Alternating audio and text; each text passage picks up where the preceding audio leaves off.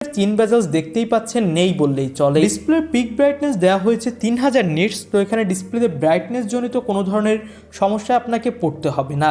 তো ফোনটার display quality overall বললে এক কথায় টপ ক্লাস মনে হয়েছে। এবার আমরা কথা বলবো ফোনটার পারফরমেন্স সেক্টর নিয়ে। ফোনটাতে মিডিয়াটেকের ডায়মেনসিটি 7300 আলট্রা চিপসেট ইউজ করা হয়েছে, যেটা 4 ন্যানোমিটার আর্টিটেকের উপর বিল্ড করে তৈরি, এবং এর অ্যান্টুটু স্কোর দাঁড়িয়েছে 7 লাখের কাছাকাছি। তো ওভারঅল যদি বলি তাহলে PUBG, free fire, call of duty যারা খেলেন তাদের জন্য খুবই পারফেক্ট একটা ফোন হতে যাচ্ছে।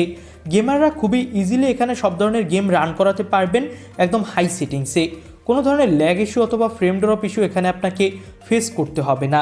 ফোনটাতে LPDDR4X র্যাম এবং UFS 2.2 স্টোরেজ দেওয়া হয়েছে।